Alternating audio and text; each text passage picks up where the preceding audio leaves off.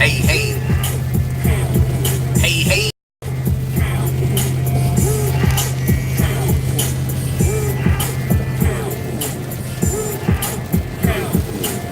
We the five-time Super Bowl champs. We got reason to go bling, go blam. Watching your team is like watching a blooper. We about to take you back to the future. Number 21, seek the freak. And number 50, the general lead. Cowboys, no need to flex. Like there's iron, I'm throwing up the X. If you a true Dallas fan, don't forget, Jason Witten. What's up with you guys? It is your boy West Coast, man. Doing this direct to YouTube video this morning. Thought I'd do something differently. Remember, I told you guys, I've been telling you guys very actively to make sure that you guys are going over to the, make sure that you guys are going over to YouTube and hitting that subscribe button, because hey man, I'm gonna be honest with you, in 2019, it's gonna be more about YouTube and growing the brand and getting the brand out there. And Facebook, they've done a little bit for us, but YouTube is gonna definitely accommodate us a lot better. So shout out to everybody that's on there, man. Let's talk about this team, man. It's raining like a mug, so let me share this real quick. Technically, I'm not sharing anything because I don't have my phone in my hand. Y'all ain't gonna tell nobody. Don't tell on me, all right? All right, so yo, man, it's your boy West Coast, man. It is carpooling. We carpooling like a mug up in here, and it's raining like a dog, man, out here in Southern California. We get on the airplane tomorrow to take off to go out to Dallas to watch our Dallas Cowboys win the division. Hey, shout out to Stay Hungry. Gotta stay hungry for the sweater, man. But yeah, man, we'll be flying out to Dallas tomorrow for the Dallas Cowboys versus Philadelphia Eagles game. I'm extremely excited about this game. This will be my last regular season game that I'll be going to this year. Anything after this will be postseason, and I'm excited about that. I used the thumbnail as, you know, this morning I saw a bunch of tweets, you know, because Jerry Jones said what he said about Sean Lee coming back, and I absolutely loved what LVE and Jalen Smith came out and said on Twitter right after, you know, a day after they put that information out about Sean Lee getting his starting job back. You saw LVE put up there, you know, a post, a real good post of solidarity. You also saw Jason, no, I'm not Jason, but you also saw Jalen Smith post something the effect. Also, Jalen Smith basically said the Predator, he calls himself the Predator, the Wolf, and the General. And I just got to thinking, man, like, the Dallas Cowboys linebacking core, man, between those three guys is going to be absolutely balls to the wall, nuts crazy.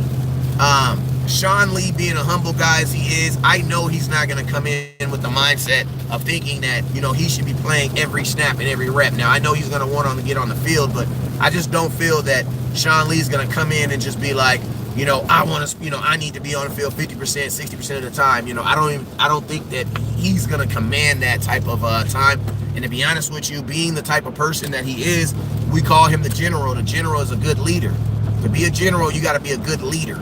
So I think with Sean Lee being good as a leader that he is, I think that Sean Lee is going to show how his leadership is when he handles this situation coming back to the Dallas Cowboys and possibly being in some type of backup facility. But I'm really excited about our linebacking core.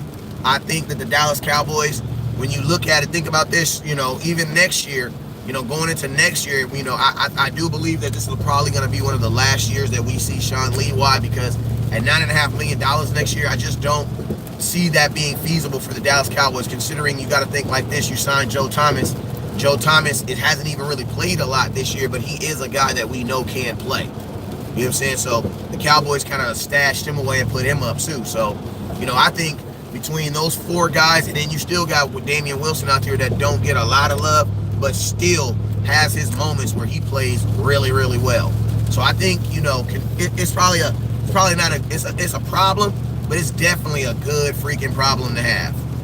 Like, this is probably the best problem that you could have as far as the Dallas Cowboy, and that is, oh my God, we have so many linebackers.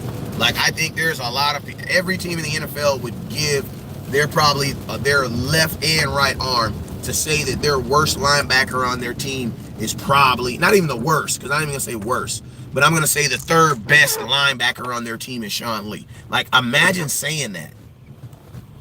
Like, imagine saying that. That's crazy, right? The third best linebacker on our team is Sean Lee. That's crazy. What up with you, the real Jacob, not the fake one? What's up with you, Antonio? Good morning. How you doing today, man? I just wanted to jump on here real quick. I'm going to do about 10, 15, about another 5 minutes on here. Talk about a few things. But if you guys have any questions or anything, any comments about this week, let me know. But, hey, I really want to let you guys know, most importantly, this week, I will be in Dallas. If you are going to be in the Dallas area, make sure you come out. Cowboys Experience at the Lava Cantina. We're going to have Travis Frederick there. We're going to have Zach Martin. We're going to have Jeff Heath. And we're going to have Drew Pearson. So we're absolutely going to have a great time. So my opinion, before I get up out of here, man, my lasting opinion is, man, if someone was to tell me that Sean Lee was the third best linebacker on my team, I would be like, oh my God. You know what I'm saying? Well, guess what? Sean Lee is the third best linebacker on your team. So I know we're stressing and we're thinking like, oh my God, they're going to take LVE off and this is going to happen and that and the third. But think about this, man. Sean Lee is the third best linebacker on the Dallas Cowboys. Like, imagine, see where that's come. Imagine last year when we had games like the Rams, games like the Chargers, where Sean Lee didn't play and our whole defense was different. Now, I'm going to be honest with you, this is an unfair stat. This is my one unfair stat of the day, and that is the Dallas Cowboys are 1-4 this year with Sean Lee starting. So I know it's unfair because Sean Lee don't play on offense, but I'm just saying that it is a fact, but that's my one unfair stat of the day. You can use that however you want. Well, what up with you, Aaron? What up with you? Good morning. So, I mean, I know Jerry Jones. Jerry Jones he knows that. He understands that. So Jerry Jones isn't going to do anything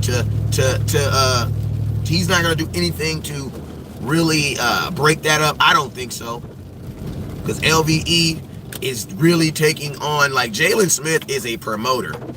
Like, he is a super promoter, and I don't knock him. Like, bro, my mama always say, keep your money green. I don't knock anybody using their likeness or their image to create a residual income. Like, duh, when you don't play football, you should be doing something else to keep your money good. So I'm not knocking Jalen Smith for all the stuff he does, but man, I'm gonna tell you now, all of a sudden you see LVE howling at the wind. He got his little logo going. He got all types of stuff, man. And guess what? I can almost guarantee you that Jalen Smith has something to do with that. You know what I'm saying? So, they are taking on each other's personification. But one thing I love about Jalen Smith is a good dude. Like, Jalen Smith, if you just listen to him talk, he is like literally he is a typical, he's not typical. He's the bring Jalen Smith home to dad type of guy. Like, that's the type of guy you want your daughter bringing home. Very, very, very, very, very well-spoken young man, handles adversity very well, speaks he articulates his thoughts very well. Like, Jalen Smith is a legitimate smart football player. So it's like LVE, that's the guy that's going to be influencing him when Sean Lee leaves. And then think about him. You got Sean Lee, the ultimate, humble guy, who is over all of that. So it's like, man, you just can't, as much as, that's like my wife saying, oh my God, I cooked way too much meatloaf. I'm like, what? Slap yourself. That's not a bad problem. Like, that's like my wife telling me, I bought way too much cheesecake or something. You know what I'm saying? Like, it's a problem. Don't get me wrong. It is a problem. But it's just not a problem that, it's not a problem like your quarterback missing wide open wide receivers. Now, I didn't say that, and that was a shot at my quarterback, because you know what? Somebody needs to freaking say it. It's just some things I feel that we should be able to say now. Like, we're past the point.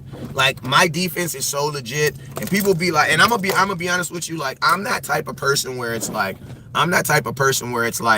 if I see that I won, I'm not the type of person that's be like, oh my God, I'm happy we won. I'm the type of person that's like, yeah, we won, but we could have. I'm like, I'm always looking to improve myself. Like, you know what I'm saying? Like, Like that's the kind of person I am. That's the kind of, like, you're not supposed to settle for mediocrity. You're not supposed to settle for, you know, for being like everybody else. So it's like, you know, I see the improvement that Dak Prescott is doing. I definitely see it. But I'm gonna be honest with you, the way my defense is playing, it makes me want more, man. Like, it just makes me want more, because I just feel like 2000. I was watching some videos this morning of 2000. I think it was a 2007 year.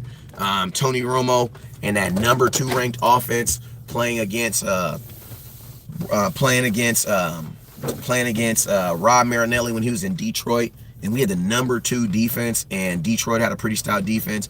And man, I was just looking at that, man, and I was just, it was crazy, because that year, 2007, the Dallas Cowboys did not score, only scored under 24 points I think it was 2 times the entire season. The entire season, they only scored under 25 points the entire season.